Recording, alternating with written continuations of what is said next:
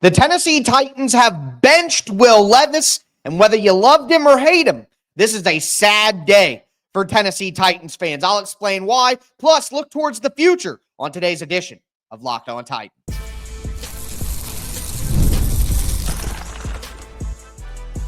You are Locked On Titans, your daily Tennessee Titans podcast, part of the Locked On Podcast Network, your team every day. Welcome to the Locked On Titans podcast. I am your host, Tyler Rowland. Titans fans, today's edition of the Locked On Titans podcast is brought to you by Prize Picks. Go to prizepicks.com/LockedOnNFL. Use the code LockedOnNFL to win $50 instantly when you play $5. On today's episode, we're going to talk about the benching of Will Levis and why it's a sad day for Titans fans, whether you loved him or hated him. We'll talk about how this buys Brian Callahan some time in the future, and we'll discuss what the Titans should do at quarterback going forward. Before I get into all of that, I do want to thank you for making the Locked On Titans podcast your first listen each and every day. Remember, Monday through Friday, Tennessee Titans content all year round, always for free. That includes the off season, and it's going to be a crazy one. So make sure that you get subscribed, stay subscribed. It's your team every day. Speaking of every day, shout out to my everydayers out there tuning in Monday through Friday. On tomorrow's episode, it's crossover Thursday with the folks from Locked On Colts. Then I'm going to have a game plan episode for you guys, and I'll be going live immediately after the game ends on Sunday. Plus, of course, having a ton of high-level conversations about the future of this franchise going forward. Now, we got the report from ESPN's Jeremy Fowler on Tuesday afternoon that the Tennessee Titans would, in fact, be benching Will Levis for the rest of the season and going with Mason Rudolph as the starting quarterback. This is not a shocking piece of news. At the end of the day, we talked on yesterday's episode why I didn't really have a care as to whether they stayed with Levis or went with Rudolph because of the state of the team. But my expectation was that the Titans would bench Will Levis because at the end of the day, like Brian Callahan said in his press conference on Monday, you owe it to the rest of the team to not put a quarterback out there that is actively hurting the team. And not only that, but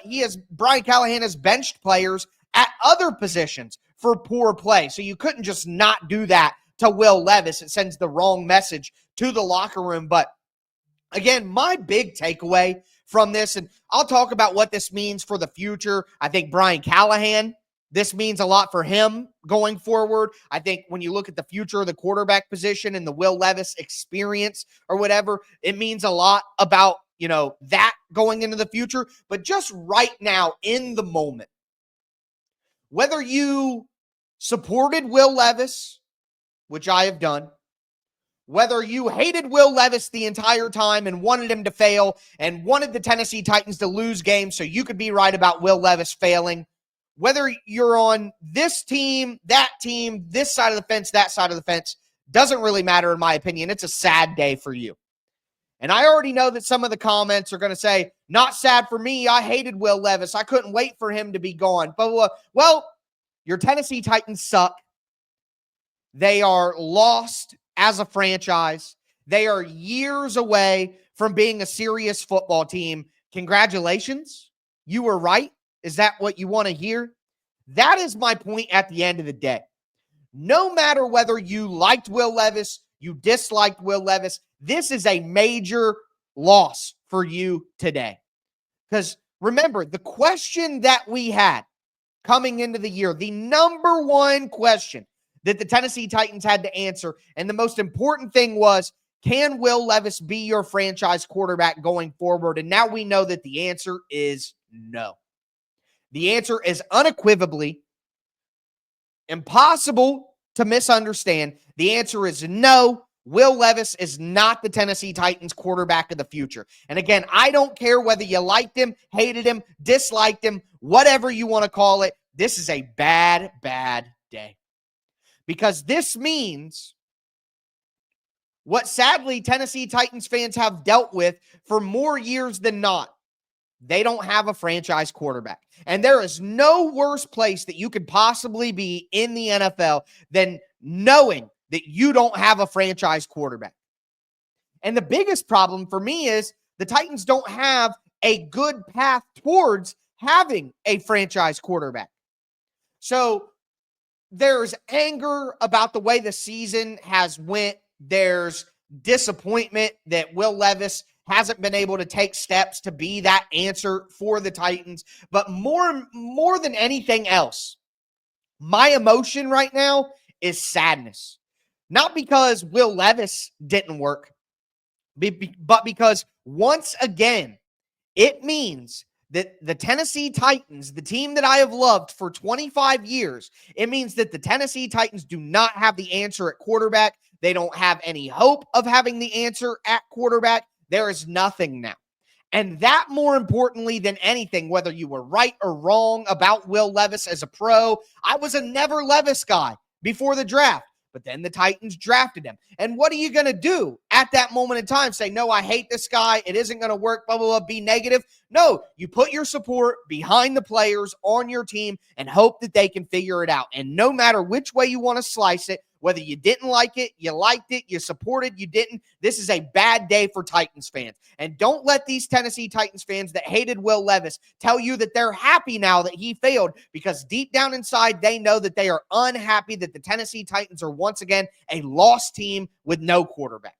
There is no sprucing that up to make that feel good, to feel right about that. That is awful. It sucks. It's the worst place that you could possibly be as an NFL franchise, is to be a team that doesn't have a quarterback and doesn't have a path to get one. More importantly than the future, than Brian Callahan, than what they do at quarterback next year, any of those things, more importantly than any of that, this sucks. It sucks that Will Levis did not work out. It is a bad thing for the Tennessee Titans. It is a bad feeling to have. They are so far away. It didn't work. And where do we go from here? So we're going to talk about the future ramifications. But the reality is this moment right here is not a good one for Titans fans. I don't care who you are or what you think. This is a bad day for the Tennessee Titans, because it's the moment that we all, again, we collectively in the Titans tribe, take off our two-tone glasses and look at each other and know we are as far away as we have ever been right now. And that's because Will Levis isn't the answer. Now, you could say, on a positive note, at least the Titans have an answer. But it's like when you go to the doctor because you don't feel good and they tell you you have a terminal illness. You got your answer, but it was not the answer that you were looking for. With that being said, let's look towards the future. This is actually good news for Brian Callahan, I think, at the end of the day. I'll tell you why. Do want to let you guys know that today's episode is brought to you by FanDuel Sportsbook. Get ready to tackle the final 3 weeks of the NFL season with FanDuel, America's #1 sportsbook. You got, of course, the last 3 weeks of the year, but you got the playoffs ahead as well. So it makes it the perfect time to check out FanDuel, because right now, new customers can bet $5 and get $150 in bonus bets if you win. The FanDuel Sportsbook app gives you everything you need to place live bets on the NFL all in one place. Kind of sad now because I like to place live bets on Will Levis interceptions and the Titans punting, you know what I mean? And now, those aren't as much of a guarantee with Mason Rudolph in, but when you get a hunch in the middle of a game, you can open up the FanDuel Sportsbook app, check out the latest stats, view live play-by-play, and so much more on the same page where you place your bets. Just visit FanDuel.com to join today. Again, you'll get started with $150 in bonus bets if you win your first $5 bet. That's FanDuel.com. Never waste a hunch and make every moment more with FanDuel, an official sportsbook partner of the NFL. Today's episode is also brought to you by the College Football Playoff on TNT. It's that time of year again, folks. The College Football Playoff is back. And now, with the newly expanded 12-team format, it's guaranteed to be bigger and better than ever, bringing you all the hard-hitting and high-flying excitement that you love. TNT Sports coverage of the College Football Playoff begins December 21st, starting with the College Football Playoff Kickoff Show, presented by AT&T at 11 a.m. Eastern, leading into our first matchup, the Southern Methodist University Mustangs battling the Penn State Nittany Lions at noon. Then the Clemson Tigers look to upset the Texas Longhorns in a showdown at 4 p.m. Eastern. Don't miss a moment of the action. Watch the college football playoff presented by Allstate live on TNT, True TV, TBS, and Max.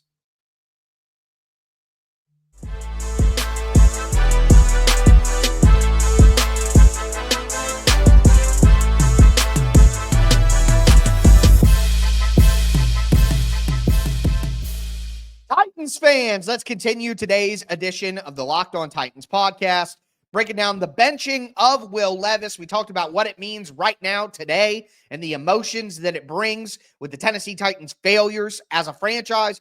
But now we do need to look into the future as to what this means going forward. We'll talk about Brian Callahan, talk about what the Titans do at quarterback next season. Before I continue, thanks again for making Locked On Titans your first listen each and every day. But I look at this from Brian Callahan's perspective. So I think it's easy to say, well, Brian Callahan was hired to get the best out of Will Levis and he failed, therefore he's a failure, and it makes it easier to fire him after 1 year. You didn't accomplish the one thing that you were meant to do. And I think, you could obviously look at it that way, but I think that's a bit unwise. I think that is reading into things too literally. I think that there is a reality where right now the conversations are, even back when Brian Callahan was hired, the conversations were,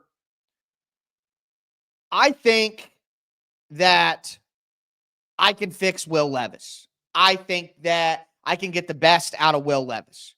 But the other side of it is they had to have had the conversation of, if I can't, or if Will just isn't good enough or whatever, what do we do then? So I think there's a faulty line of thinking in the NFL that any coach can make a bad player good. You could put Kyle Shanahan with Jamarcus Russell, and Jamarcus Russell isn't going to turn into a good NFL quarterback. You know what I mean? Like, there is a line in the sand where the coaching can only be so good before the player's talent has to matter. You could take Vince Lombardi and give him the Titans practice squad, and they're not going to turn into a great NFL team because Vince Lombardi's such a great coach. There is a talent level that has to be there, a skill level that has to be there, a quality level that has to be there for a good coach to make a player even better. Like, that is a reality. And for me, the turnovers early in the year, the things that Will Levis has done wrong this year, I have a hard time blaming Brian Callahan for them. Think about all the bad turnovers at the beginning of the year. You know what I mean? Think about the turnovers, the 4 turnovers that Will Levis had in this game. Like, at some point, that's not on Brian Callahan. Now, I'm not here to tell you that Brian Callahan is absolved of blame for this season because Will Levis was so bad. That is not true either. Brian Callahan has definitely had his own faults and problems this year and deserves a large piece of blame pie. I would probably give Brian Callahan and Will Levis the same amount of blame pie for the season, okay? I am not here to tell you it's not Brian Callahan's fault. But what I am here to tell you is the reality of the situation is he probably goes to ownership and he says, hey, we weren't great this year, but this team was better than what we looked like because we were trying to be patient with Will. If I would have been able to start Mason Rudolph all year, if we would have had a better option at quarterback, we would have won double the amount of games. We would have won 6 games. We would have won 5 games, and it wouldn't have been as embarrassing because Will killed us with the turnovers early in the season, and he killed us in a couple of games with the turnovers late in the season. So if you're Brian Callahan, for me, looking at the future and what this means going forward, to me, it means that Brian Callahan will have his job next year. Brian Callahan will get a second year as the head coach of the Tennessee Titans because now Will Levis can be the scapegoat for this season. And I think I think the reason that Brian Callahan made this move was not only the message that it would send to the locker room, like, hey, we got to bench the guy who's playing terrible at quarterback, and we bench the right tackles, and we bench the punt returner, and we bench the linebackers, and we can't just not bench Will and him have special protection. So I think for me, outside of the message it sends to the locker room, is the message these last 3 games can send to ownership. If the Titans come out and they beat the Colts and then they beat the Jags with Mason Rudolph playing that, controlled conservative style, Brian Callahan can go to ownership in the offseason and say, look, with Will Levis, we only got 1 win on the season. With Mason Rudolph primarily at quarterback, if you want to count Miami as a Mason Rudolph game, which I think is only fair. Now, we've talked about how Mason Rudolph essentially did nothing in that Miami Dolphins game to win the game. They just ran the ball consistently. I think he threw the ball once or twice in the second half. So, it's not quite fair to give credit for a win to Mason Rudolph. But the reality is, outside of 1.5 drives, Mason Rudolph played the Miami Dolphins game. And Mason Rudolph beat the New England Patriots. And if Mason Rudolph beats the Colts and beats the Jags, or even gets one of those against the Jags, especially the Jags, because then you can immediately look to, hey, when we played with Will, it was 10-6, and we lost to Jacksonville. When we played with Mason, we beat Jacksonville. So I think if you're Brian Callahan, not only does this move allow you to scapegoat this season on Will Levis and say, hey, this whole season was about figuring out what we got in Will Levis, and we got our answer. We could have had more wins. It's not my fault. It allows him to do that, but whether that's right or wrong, again, I'm not saying that that's right. I'm just telling you what is, And it also allows Brian Callahan to say, hey, look, Calvin Ridley played better with Mason Rudolph. We ran the ball better with Mason Rudolph. We took less sacks with Mason Rudolph. We put the defense in better positions with Mason Rudolph. We won more games with Mason Rudolph. The team was significantly better with the backup quarterback that we had, who's a veteran. And you could say, imagine if we had a quarterback better than Mason Rudolph.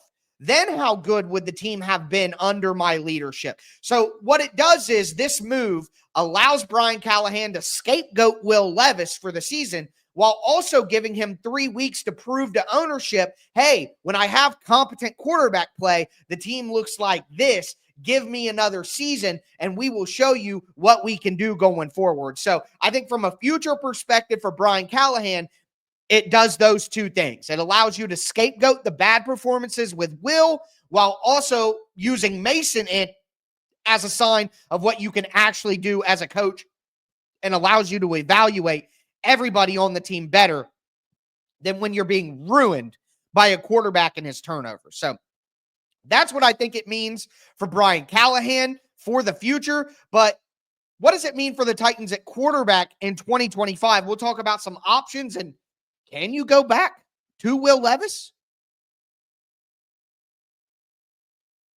Do want to let you guys know that today's episode is brought to you by Prize Picks. If you love watching the game, which if you're a Titans fan, may not have loved watching the games as much this year. But either way, if you love watching football, you're going to love Prize Picks, the easiest and most exciting way to play daily fantasy. Whether it's football, basketball, or any of your favorite sports, Prize Picks makes the holidays bigger and brighter. And now, you can win up to 1,000 times your money on Prize Picks. When we first started with Prize Picks, it was 100 times your money. They only went to 200. Now it's 1,000 times your money. Plus, this holiday season, they're giving away $30 million in rewards during Pickmas and offering 2 free picks in December. When your picks hit, Prize Picks makes it easy to cash out. You can get your money in as fast as 15 minutes. This week, I'm looking at Jared Goff for more than 230 passing yards, Saquon Barkley for more than 1 touchdown. It's quick, it's simple, and it's so much fun to challenge myself and my friends. Download the Prize Picks app today. Use the code LOCKEDONNFL to get $50 instantly after your first $5 lineup. That's right, $50 instantly when you play just $5. Prize Picks. Run your game. Today's episode is also brought to you by Rocket Money. Did Rocket Money help you find any subscriptions you forgot about and that you were paying for twice?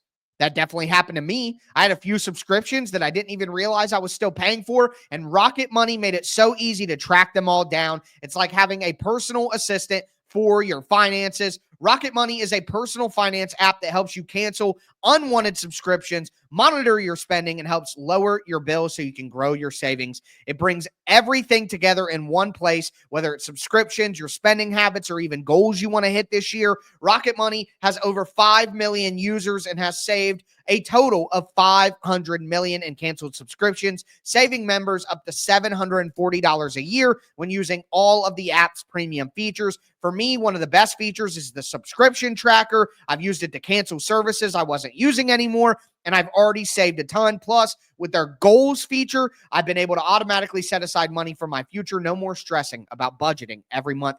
Cancel your unwanted subscriptions and reach your financial goals faster with Rocket Money. Go to rocketmoney.com/locked-on. That's rocketmoney.com/locked-on. rocketmoney.com/locked-on.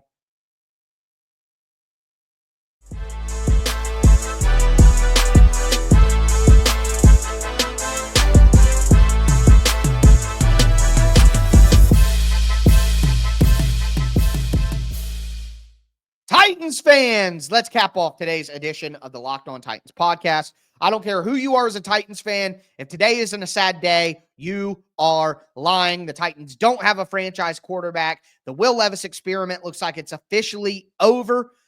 But is it? That's the question. Before I get into the Titans' future at quarterback, I do want to thank you again for making Locked On Titans your first listen. Make Locked On NFL your second listen. Look, it's about to be playoff time. The Titans won't be there. If you're still an NFL fan like I am, you're still going to be locked into the playoffs. Check out Locked On NFL to get all your NFL news. I'm the lead host over there, so you'd be supporting me as well, and I'd appreciate it. But with that being said, the future at quarterback is incredibly bleak. Now, here's a reality that people won't want to hear today, but I think is still a reality. Will Levis is probably going to be back on this team next year. Cutting him after 2 seasons of his rookie contract doesn't make a lot of sense. Now, we have seen failed quarterbacks get traded recently. Kenny Pickett, Mac Jones. So maybe the Titans trade Will Levis to a team and get, a 4th-round pick or a 5th-round pick back. That could make sense. That's probably what they'll end up doing if they truly decide to go a different direction. But I think there is a reality where Will Levis is back on this team, but he's just not the expected starter going in. Like if the Titans go out and get a free agent veteran quarterback. Now, you could say, why wouldn't that be Mason Rudolph? If Mason Rudolph gets a couple of wins here at the end of the year, why wouldn't he have a shot? And maybe he would. But I think if you come back next year with Mason Rudolph and Will Levis as your quarterbacks, that's just such a risk for Brian Callahan and Rand Carthon to take when their jobs are probably on the line next year. I don't know if you can do that. So to me, it's either Will Levis and a better, quote unquote, better veteran quarterback, or it's Mason Rudolph and a young quarterback from the draft that you're going to attach your hopes to then.